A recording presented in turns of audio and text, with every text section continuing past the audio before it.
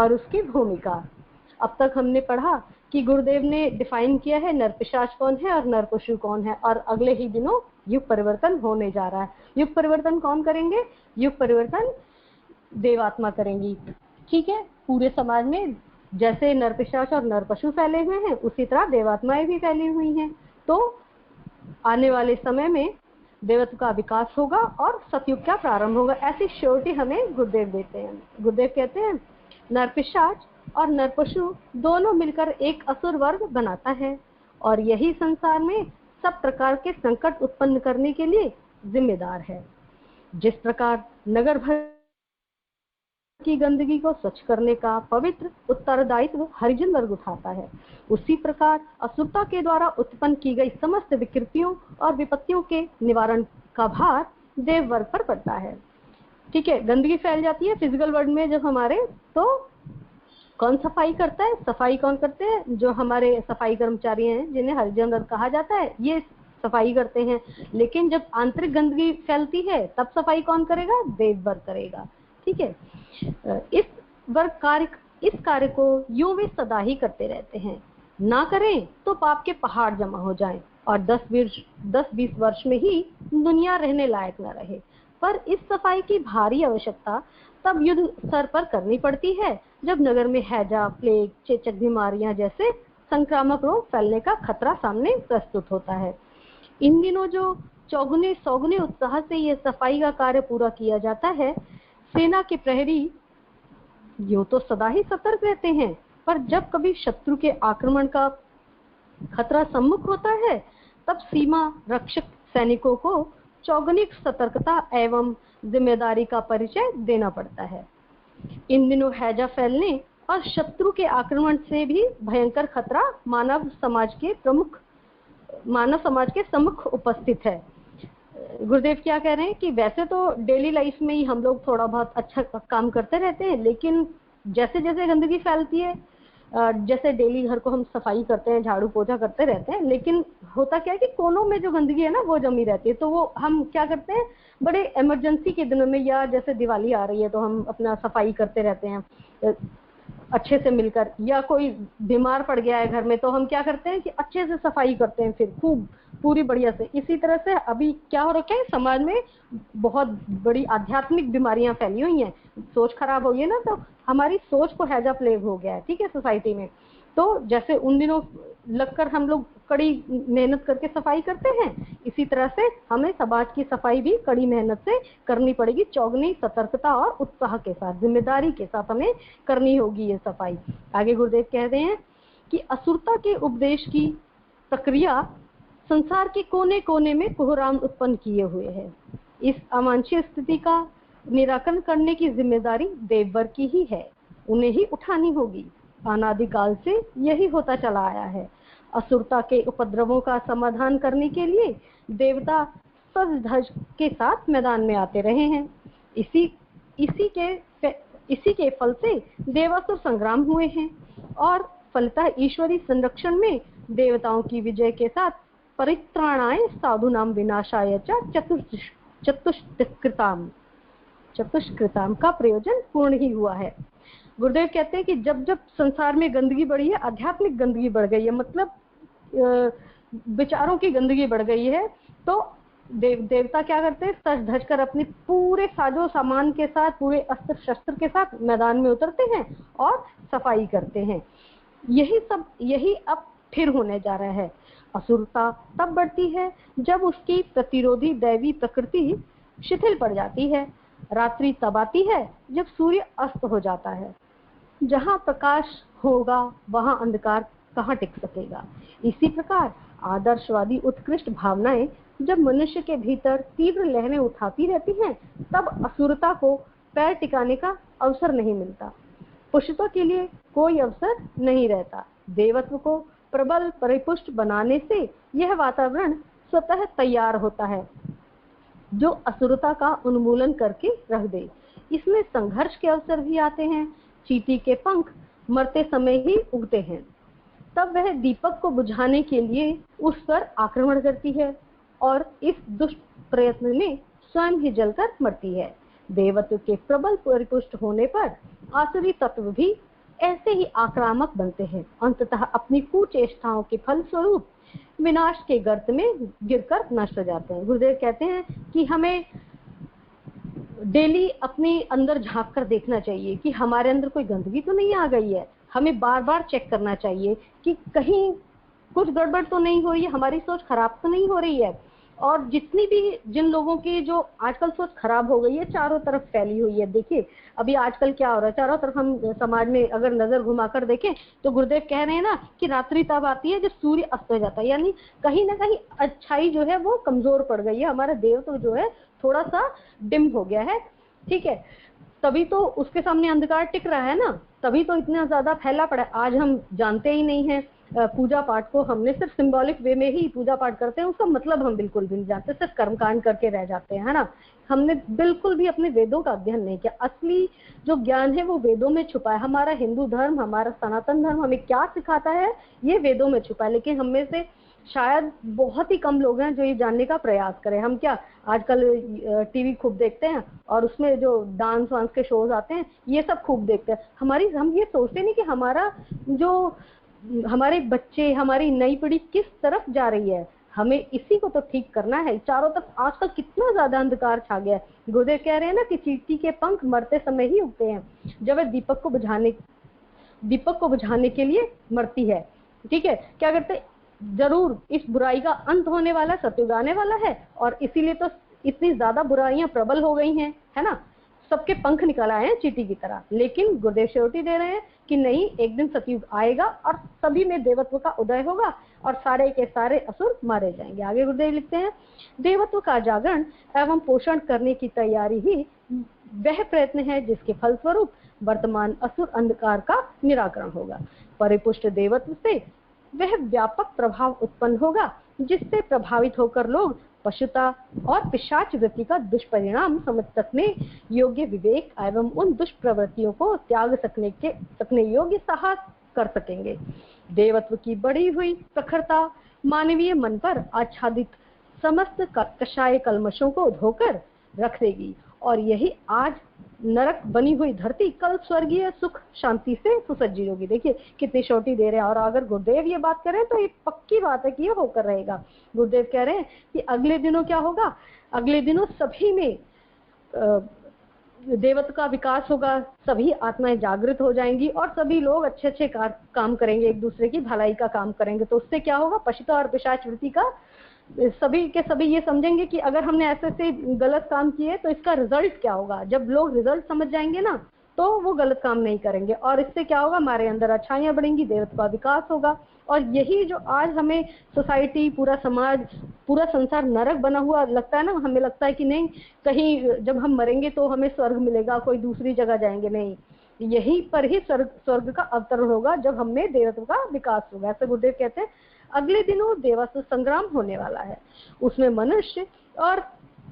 मनुष्य आपस में नहीं लड़ेंगे वरन आसुरी और दैवी प्रवृत्तियों में जमकर अपने अपने अस्तित्व के लिए संघर्ष होगा। देखिए मनुष्य आपस में नहीं लड़ेंगे, कौन लड़ेगा, आसुरी प्रवृत्तियां जो हम देखते हैं, है ना, मांस मदिरा खाना, एक दूसरे का गला काटना, ये सब कौन करता है, असुरी तो करते हैं। अब हम समझ पा रहे हैं ना आजकल की सिचुएशन देखकर कि गुरुदेव ने कितनी पहले ही हमें ये बता दिया था कि ऐसे असुरों का उदय होगा तो इनके साथ क्या करना है। एक्चुअली जो परशुराम जी का अवतार है वो हमें यही समझा रहा है कि इन सबकी सोच को, विचार को, बुद्धि को बदलना होगा, बुद्धि को सद्बुद्धि में परिवर्तित करना होगा।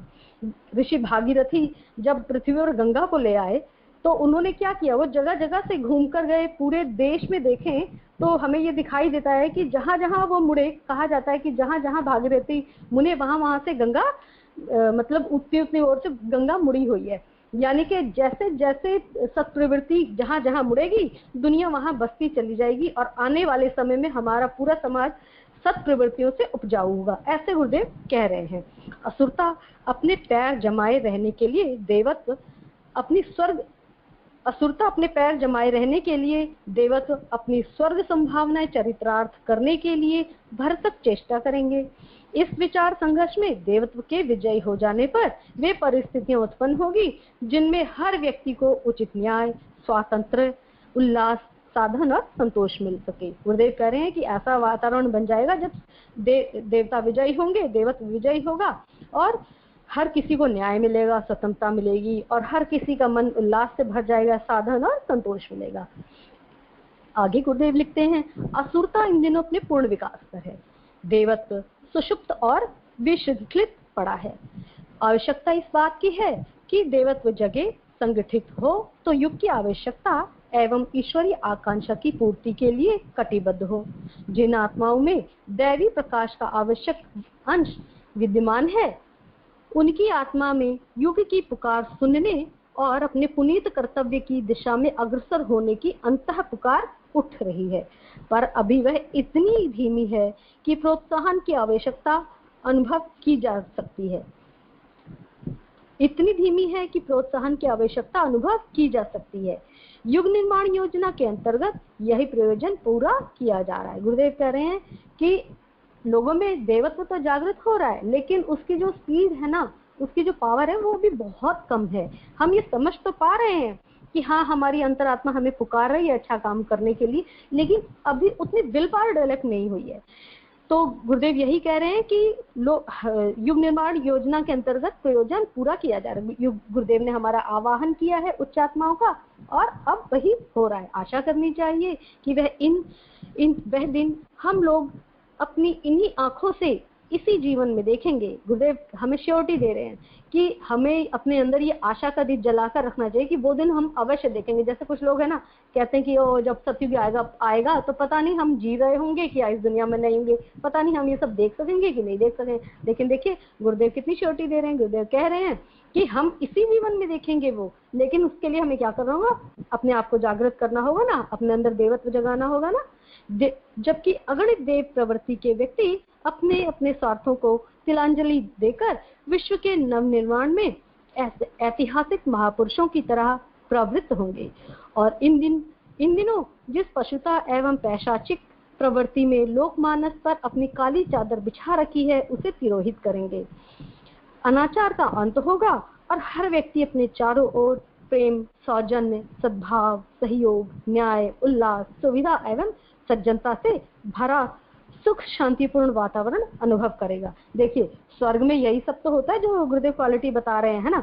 और ये कब हो जाएगा, जब हमारे अंदर देवत्व का जागरण हो जाएगा। तो हम और सिर्फ हमारे अंदर ही नहीं, हमारे आसपास के सभी लोगों में ऐसा होगा और आसपास ऐसा ही शांतिपूर्ण वातावरण बन जाएगा। और हम में से, जैसे हम पुराने टाइम में सुन रहे हैं ना कि बड़े महात्मा और ऋषिगण हुए थे, आने वाले दिनों में भी यही होने वाला। हम में से ही वो लोग होंगे जिन्हें गुरुदेव ऐसा करने के लिए कह रहे हैं।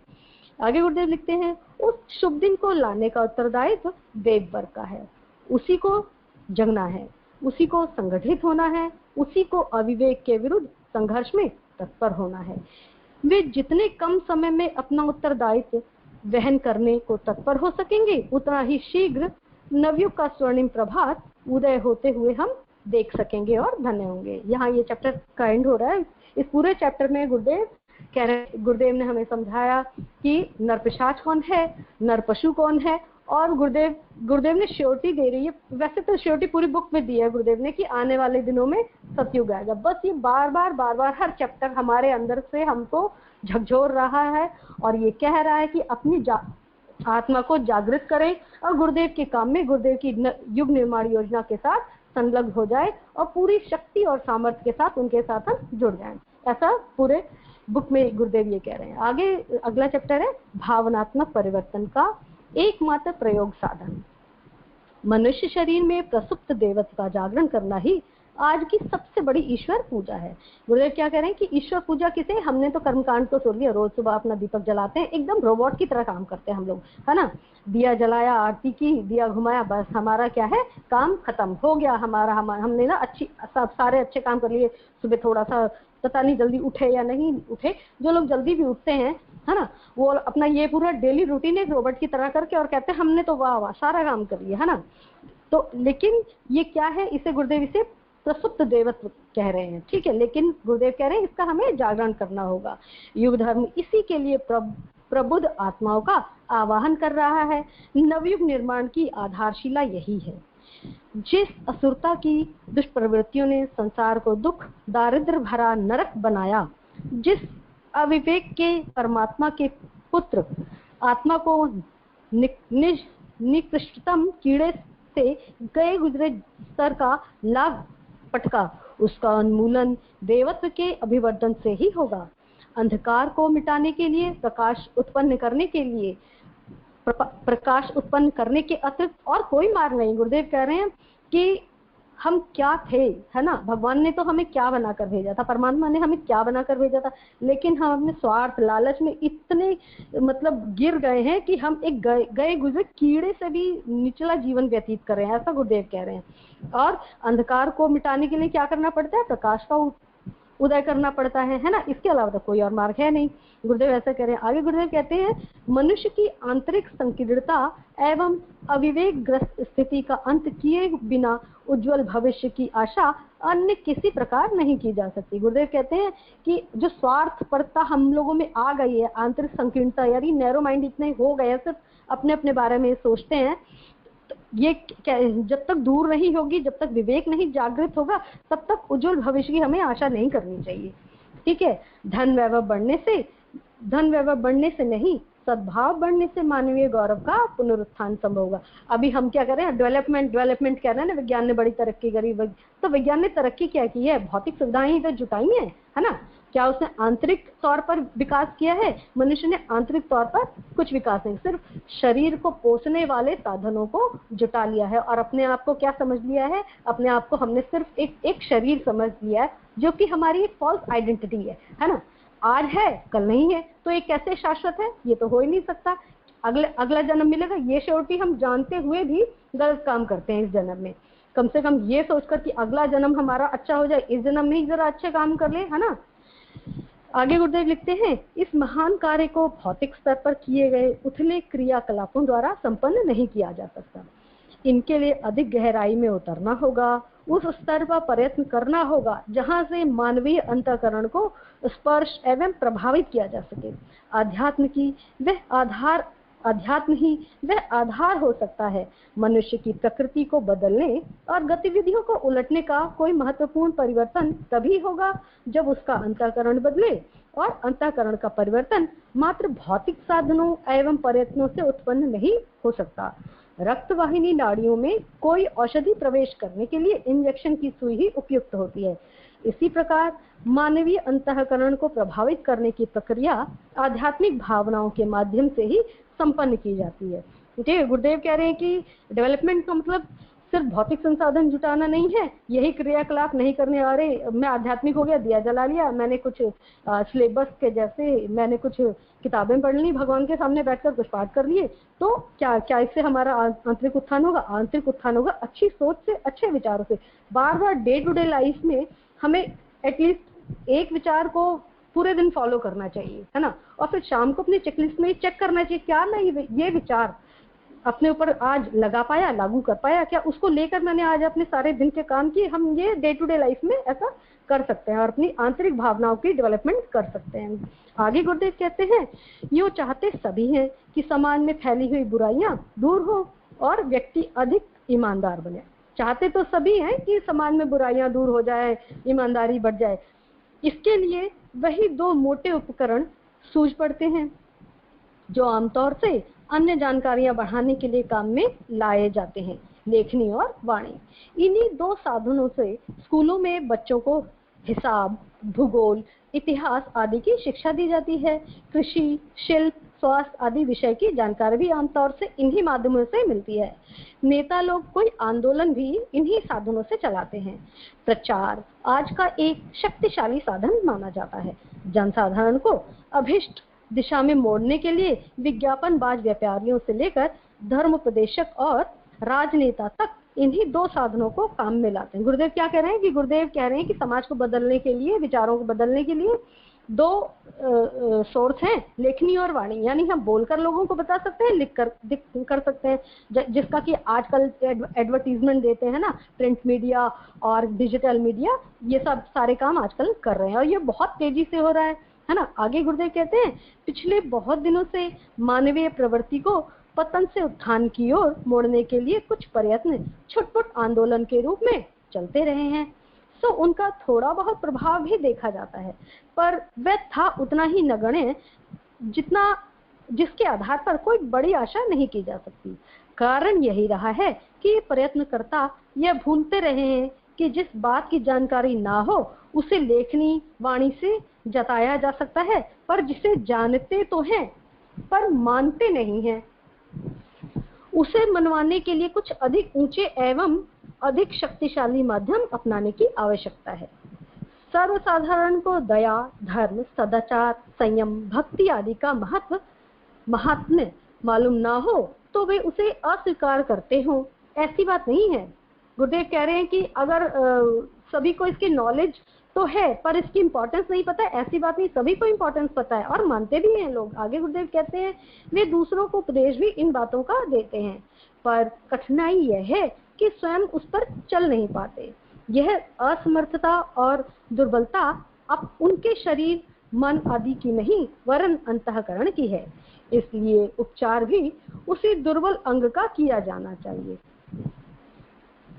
गुरुदेव क्या कह रहे हैं? गुरुदेव कह रहे हैं कि इसमें जो लोग उपदेश तो देते हैं, लेखनी वाणी का काम तो हो रहा है, लेकिन उसको खुद नहीं फॉलो करते हैं, इसलिए लोग ट्रस्ट नहीं कर पाते इन सब चीजों पर और ये आगे तक चल नहीं पाते, बड़े स्ट्रांग वे में ये चल नहीं पाते। थोड़ा बहुत तो परिवर्तन लगता है, फॉर द टाइमिंग कोई थोड़ा बहुत बदल जाए और वापस अपने उसी ढर्रे पर आ जाता है, सिर्फ इसलिए क्योंकि हम अंतःकरण की शुद्धि नहीं की है, हमने अंतःकरण में ये सब चीजें धारण नहीं की है। अगर अंतःकरण में धारण हो तो ये ऑटोमेटिकली हमारी सोच अच्छी होती चली जाती है। आगे गुरुदेव कहते हैं गुर्दे की बीमारी पैरों में तेल लगाने से दूर नहीं हो सकती। जो व्यथित अंग है उस तक उपचार का प्रभाव पहुंचे तब कुछ काम चले। लेखनी और वाणी जो घिसे पिटे शब्दों में पेशेवर लोगों द्वारा प्रस्तुत की जाती है, मस्तिष्क तक एक छोटी लहर पहुंचाकर वायुमंडल में तिरोहित हो जाती है। देखा जाता है कि घिसे पिटे प्रचारात्मक प्रयत्न मानवीय अंतःकरण को वासना तृष्णा के आकर्षणों से विरत कर पवित्रता और परमार्थ की दिव्य ज्योति उत्पन्न करने में प्रायः असफल ही रहते हैं। हम में से अनेकों ने सद्भावना पूर्वक कितने ही सुधारात्मक प्रयत्न आरंभ किए हैं, पर उनका स्तर उथला था, साधन हल्के थे, इसलिए थोड़ी सी छटा दिखाकर वे और उनका प्रतिफल भी अंतर्ध्यान होता रहा। समस्त मानव समाज में एक व्यापक और सशक्त हलचल उत्पन्न कर सकने की, पतन के प्रचंड प्रवाह को पलट सकने की क्षमता केवल उच्च स्तरीय आध्यात्मिक प्रयोगों से ही होती है, और उनका जब कभी भी ठीक तरह प्रयोग हुआ है अभिष्ट परिणाम भी सामने आया है।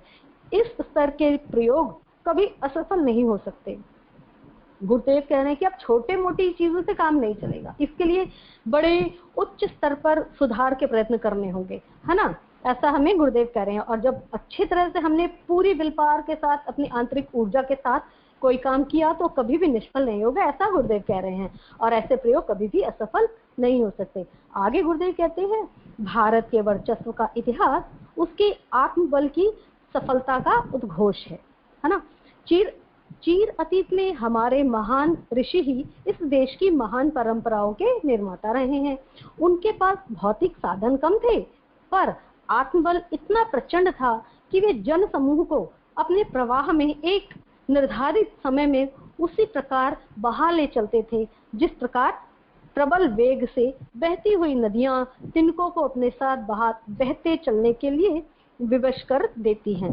कीचड़ में फंसे हाथी को सहस्त्रों मेंढकों की चेष्टा से भी उबार नहीं पाती, उसे समर्थ हाथी की युक्ति पूर्वक मजबूत रस्सियों की आवश्यकता से बाहर निकाल पाते हैं। आंतरिक दुर्बलता का अभाव आत्मबल संपन्न लोगों के द्वारा ही पूरा किया जाता है। आंतरिक दुर्बलता का अभाव आत्मबल संपन्न लोगों के द्वारा ही पूरा किया जा सकता है। ऋषियों ने यही किया। चूंकि वे स्वयं प्रकाशवान थे, इसलिए उन्होंने अपने समस्त क्षेत्र को प्रकाशित कर दिया। कहना ना होगा कि इस देश के निवासी जिन दिनों आध्यात्मिक मान्यताओं और भावनाओं से प्रभावित थे, उन दिनों इस धरती पर स्वर्ग बिखरा पड़ा था। हर मनुष्य के भीतर देवत्व झांकता था और उस लाभ की लोभ लालसा के समस्त विश्व के लोग भारतवासियों का मार्गदर्शन, सहयोग एवं प्रकाश पाने के लिए लालायित रहते थे। इन्हीं विशेषताओं के कारण मानवीय भारतीय संस्कृति समस्त विश्व का सर्वोत्तम आकर्षण बनी हुई थी। पिछले दिनों जो हम सुनते आ रहे हैं कि भारतवर्ष सोने की चिड़िया था, है ना, और इतनी संपन्नता थी। संपन्नता किस लिए थी? क्योंकि हम लोग जो थे पिछले दिनों जो आत्माएं आई हुई थी वो क्या थी? ऋषि मुनि स्तर की थी। उन्होंने समाज का उत्थान किया था, वो खुद प्रकाशवान थे, सारी अच्छाइयां उनमें इनबिल्ट थी, है ना, और वो हम अच्छा अपने प्रकाश से सारी दुनिया को प्रकाशित कर रहे थे। जिसका लोहा सारी दुनिया तब माना करती थी, है ना, और हमारी जो संस्कृति थी समस्त विश्व का सर्वोत्तम आकर्षण बनी हुई थी, है ना। आगे गुरुदेव कहते हैं, सारिका दीदी आवाज आ रही है? उच्च आत्मबल समस्त हस्तियां घटती गई, वैसे वैसे जनमानस की उत्कृष्टता भी गिरती गई। इस गिरावट को ओछे लोग प्रचारात्मक साधनों से नहीं रोक सकते थे। ओछे लोग प्रचारात्मक साधन नहीं रोक, और वे रोक भी नहीं सके। हम अपने लंबे इतिहास पर दृष्टिपात करते हैं तो उच्च आत्मबल संपन्न आत्माओं के अवसाद के साथ साथ जनमानस का उत्थान पतन भी जुड़ा हुआ देखते हैं। जिन दिनों महापुरुष जन्मे उन दिनों कोई भी युग बीत रहा हो, सतयुग का वातावरण उत्पन्न हुआ है। भगवान राम, कृष्ण, बुद्ध, महावीर, शंकराचार्य, गांधी आदि की विचारधारा से कोटि कोटि लोग प्रभावित हुए। समर्थ गुरु गोविंद सिंह आदि की प्रेरणा से लोगों ने एक से एक बढ़े चढ़े त्याग बलिदान प्रस्तुत करने में प्रतिस्पर्धा उपस्थित कर दी। अभी कल परसों गांधी की आंधी में लाखों लोगों ने जिस आदर्शवादिता का परिचय दिया, उससे यह मान्यता सार्थक सिद्ध हुई है कि उच्च स्तरीय आत्मबल संपन्न आत्माएं ही जनमानस की दिशा बदल सकने में समर्थ हो सकती हैं। मामूली प्रचार साधन उपयोगी तो है, पर उतने भर से इस दिशा में कोई प्रभावी परिणाम नहीं हो सकता। क्या कह रहे हैं? बाकी सारी चीजों को गुरुदेव छोटा बता रहे हैं, और वो कह रहे हैं कि जितनी भी अच्छाइयां हैं वो हमें अपनी अंतरात्मा में धारण करनी होगी और लोगों के समक्ष करके दिखाना होगा, है ना। बाकी ये जो लोग हैं जिनका गुरुदेव ने अभी नाम लिया, राम, कृष्ण, बुद्ध, महावीर, शंकराचार्य, गांधी, इन्होंने क्या किया? अपने कैरेक्टर में उसको उतार कर दिखाया और एग्जाम्पल सेट किया, तभी वो प्रभावी बन सके। और हमें भी ऐसा ही करना होगा, सारी अच्छाइयों को, सारे देवत्व को अपने कैरेक्टर में धारण करना होगा और उसको क्रियान्वित करके लोगों को दिखाना होगा, तभी कुछ बात बन पड़ेगी, ऐसा गुरुदेव कहते हैं। आगे गुरुदेव लिखते हैं, भावी नवनिर्माण में आध्यात्म को ही प्रमुख भूमिका संपन्न करनी पड़ेगी। प्रभात काल की शुभ सूचना लाने वाली उषा के साथ साथ और प्रयास आरंभ भी हो गए हैं। रामकृष्ण परमहंस और योगी अरविंद की तपश्चर्या का यदि कोई रहस्योद्घाटन करे तो उसे लगेगा कि पिछले शताब्दी की सारी राजनीतिक और सुधारात्मक चेतनाओं का सूत्र संचालन इन दो दिव्य आत्माओं ने किया। कठपुतली कितनी ही पर्दे पर आती जाती रही और उसके विभिन्न अभिनय लोगों में उत्साह उत्पन्न करते रहे, पर उनके सूत्र इन आत्मबल के धनी महामानवों द्वारा ही संचालित होते रहे। भारत का 1000 वर्ष की गुलामी से मुक्त होना और कतिपय सुधारात्मक चेतनाओं का उद्भव अपने सामने इस शताब्दी की दो महत्वपूर्ण उपलब्धियां हैं। इनका प्रत्यक्ष किनको मिला, किनको नहीं मिला, इस विवाद में पड़ने से बचकर भी हमें यह जान ही लेना चाहिए कि इस महान जागरण के पीछे कुछ विशिष्ट अविदित रहस्यमय आध्यात्मिक शक्तियां भी काम कर रही थी। आगे जो महान कार्य फैला पड़ा है, नए युग का जो नया निर्माण होने वाला है, उनमें भी आध्यात्म को आत्मबल संपन्न उच्च स्तरीय महामानवों की प्रधान भूमिका ही होगी। प्रत्यक्ष श्रेय भले ही किन्हीं को इतिहासकार देते रहे। गुरुदेव कह रहे हैं आगे भी जो काम हो, अभी पिछले दिनों हमने देखा कि जो भारत गुलाम था 1000 वर्षों तक, आजाद हुआ, है ना, तो ये इसका श्रेय गुरुदेव कहते हैं कि आध्यात्मिक चेतना को ही जाता है।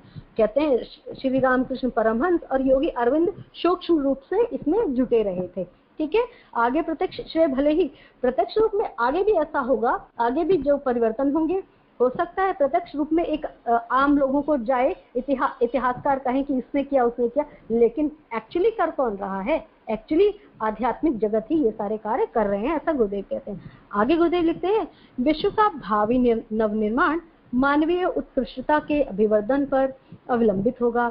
इसके लिए प्रेरक केंद्र कोई भी क्यों ना हो, उसे सहस्त्र सहयोगियों की आवश्यकता पड़ेगी। वे भले ही ऊंची योग्यताओं के ना हो, पर आत्मिक उत्कृष्टता की विशेषता हो तो अनिवार्य रूप से होनी ही चाहिए।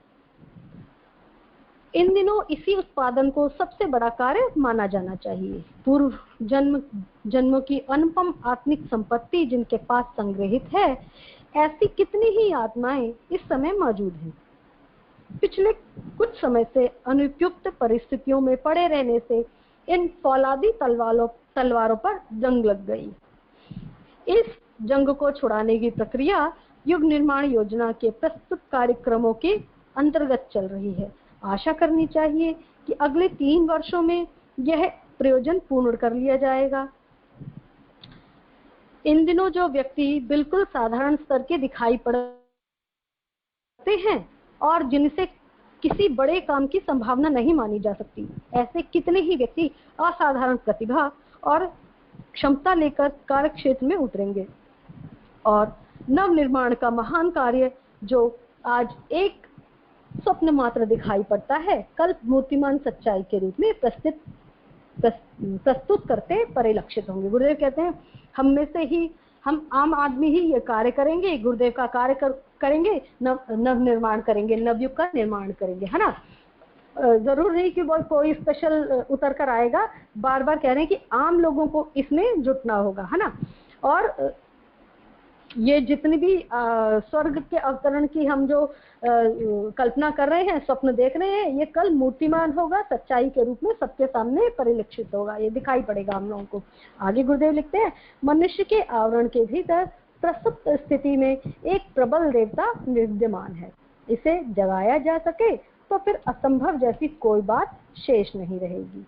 देवत्व के जागरण का हमारा वर्तमान अभियान संसार का भावनात्मक नव निर्माण करने में सफल होकर रहेगा, क्योंकि उसका आधार उथले ओछे प्रचार उपकरण नहीं, वरन आत्मशक्ति के वही प्रयोग होंगे जो समय समय पर असंख्य बार सफल होते रहते हैं।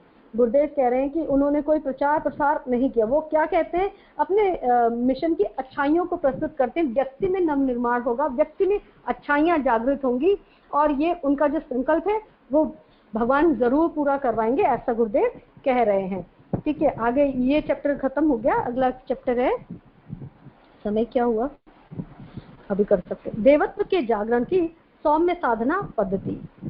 गुरुदेव लिखते हैं, जड़ और चेतन तत्वों के सम्मिश्रण से बने मनुष्य की स्थूल शारीरिक व्यवस्था तो एक सीमा तक लोगों ने जानी है और आहार विहार की अनुकूलता उपलब्ध कर स्वस्थ एवं सुंदर बनने का यथासंभव प्रयत्न किया है, किंतु चेतन तत्व की सूक्ष्म और कारण शरीर की व्यवस्था कैसे रखी जाए, इससे कोई विरले ही जानते हैं। इस ज्ञान के अभाव में मानव जीवन के द्वारा उपलब्ध हो सकने वाले महत्वपूर्ण लाभों से हम प्रायः वंचित ही रह जाते हैं। हम अपने बाहरी शरीर, गुरुदेव कह रहे हैं, बाहरी शरीर को तो सजाने के बहुत उपकरण हमने डेवलप कर लिए हैं और सारा दिन लगे रहते हैं अपने आप को सुंदर बनाने में, अनुकूलता, है ना, अच्छे से सुख सुविधा का जीवन बिताने में लगे रहते हैं। लेकिन क्या हमने सोचा कि हमारे अंदर चेतन तत्व है, सूक्ष्म शरीर है, कारण शरीर है, इसको कैसे जागृत किया जाए, इसका कैसे पोषण किया जाए, ऐसे बहुत बिरले लोग ही, बहुत कम लोग ही जानते हैं। गुरुदेव कहते हैं, मानुषी अस्तित्व को 3 भागों में विभक्त किया जा सकता है, स्थूल, सूक्ष्म और कारण शरीर। स्थूल आध्यात्म शास्त्र में मनुष्य के यह 3 शरीर बताए गए हैं।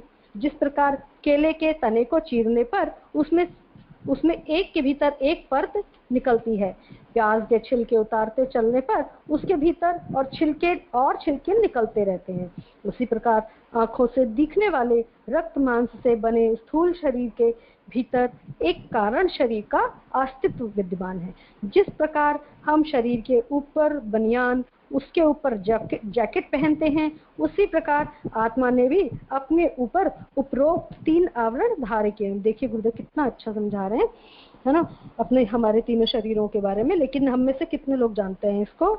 बहुत कम लोग जानते हैं। आगे गुरुदेव कह रहे हैं, स्थूल शरीर वह है जिससे हम खाने, सोने, चलने, बोलने आदि की क्रियाएं संपन्न करते हैं, जो माँ के पेट से ही आरंभ होता है और शमशान में समाप्त हो जाता है। ठीक है, स्थूल शरीर यहाँ तक काम करता है।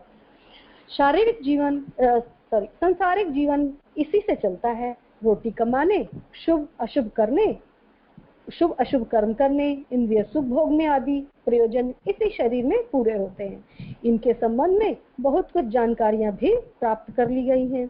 इनके भीतर सूक्ष्म शरीर है। मन, बुद्धि, चित्त, अहंकार, इन 4 वर्गों में विभाजित अंतःकरण मनुष्य का एक प्रकार से सूक्ष्म शरीर ही है। विचारणा, प्रतिभा, स्फूर्ति, आकांक्षा, अभिरुचि, क्रीड़ा जैसी मानसिक गतिविधियां इसी शरीर में सन्निहित है। यह आवरण स्थूल शरीर में दूध में घुले हुए घी की तरह सम्मिलित है। फिर भी इसका प्रधान स्थल मस्तिष्क माना गया है। गुरुदेव कह रहे हैं कि सूक्ष्म शरीर क्या है? मन है, बुद्धि है, चित्त है, अहंकार है। इन 4 वर्गों में इसे बांटा है और कहा है कि सूक्ष्म शरीर हमारी विचारणा, प्रतिभा, जो हमारे में कैपेबिलिटी, हमारी जो स्पेशलिटी है, स्फूर्ति, हमारी जो तेजी है, आकांक्षा, जो हम जैसा सोचते हैं, जो हमारी विश होती है, अभिरुचि, हमारी इंटरेस्ट किस चीज में, क्रीड़ा, जो हम करके दिखा रहे हैं, जैसे खेल रहे हैं, या जो हम क्रियान्वित कर रहे हैं, जो कार्य, जैसी मानसिक जो भी हम गतिविधियां करते हैं वो किसकी होती है? हमारे सूक्ष्म शरीर की होती है, जो इस शरीर के द्वारा होती है। यह आवरण स्थूल शरीर में कैसा होता है? ये आवरण दूध में घुले हुए घी की तरह होता है। पता नहीं चलता है कि दूध में घी है, लेकिन घी उसमें विद्यमान होता है। तीसरा क्या है? तीसरा कारण शरीर आत्मा के अति समीप होने के कारण उच्च स्तरीय दिव्य भावनाओं का आधार है। उसमें केवल भावनाएं संचारित होती हैं। जिनका आंतरिक अध्यपतन अत्यधिक हो चुका है, उनको छोड़कर शेष सभी के कारण शरीर में दया, प्रेम, करुणा, सेवा, संवेदना, धर्म, कर्तव्य, संयम और उच्च भाव उठते रहते हैं। जिनने दुष्टता में परिपक्वता प्राप्त कर ली है, उन्हीं का कारण शरीर नर पिशाचों जैसी, कनपटी मार बाबा जैसी कुचेष्टाएं करने पर सहमत हो जाता है। गुरुदेव कहते हैं कि जो नॉर्मल लोग हैं, जिनके अंदर बहुत ज्यादा बुराइयां नहीं हैं, जिन्होंने अपने आप को बुरे कर्मों में बहुत ज्यादा, जो लोग रत नहीं है, अभी भी उनके अंदर क्या है? आंतरिक चेतना, जो हमारा कारण शरीर है, आंतरिक भाव जो है, जो कि हमारा कारण शरीर है, वो कौन कौन से भाव है? दया है, प्रेम है, करुणा है, सेवा है, संवेदना, धर्म, कर्तव्य, संयम और उच्च भाव उठते रहते हैं ऐसे लोगों के अंदर। ठीक है, लेकिन जिसमें बुरे काम करने में बड़ी एक्सपर्टीज हासिल कर ली है, उनका कारण शरीर कैसा हो जाता है? नर पिशाचों जैसा, कनपटी मार बाबा जैसा हो जाता है, कुचेष्टाएं करने पर सहमत हो जाता है। तो वो लोग क्या करते हैं? सिर्फ बुरे काम में ही लगे रहते हैं। उनकी आत्मा जो है वो सो जाती है। आगे गुरुदेव कहते हैं, 3 शरीरों का संक्षिप्त परिचय यहाँ इसलिए दिया गया है कि मानव जीवन में देवत्व की सर्वांगीण प्रतिष्ठापना का वैज्ञानिक स्वरूप समझने में हमें सुविधा हो। युग परिवर्तन की नवनिर्माण प्रक्रिया उन व्यक्तियों के द्वारा संपन्न होगी जिनमें देवत्व का प्रकाश समुचित मात्रा में प्रखर हो चला है। लेखक, वक्ता, नेता, अभिनेता, कलाकार, आंदोलनकारी, प्रतिभावान व्यक्ति अपने साधनों के आधार पर कुछ समय के लिए चमत्कार जैसा जादू खड़ा कर सकते हैं, पर उनमें स्थिरता तनिक भी ना होगी। बालू की दीवार की तरह उनकी कृतियां देखते देखते धूसरित हो जाती हैं। जिसका आज बहुत जय घोष था, कल उसके अस्तित्व का पता लगाना भी कठिन हो जाता है। स्थिरता तो सच्चाई और आत्मबल की गहराई में सन्निहित है। युग निर्माण जैसे महान कार्य ठोस आधार की शिला पर ही प्रतिष्ठापित हो सकते हैं। उनका भारी उत्तरदायित्व सहन करने की क्षमता केवल देवत्व संपन्न महामानवों में ही होगी।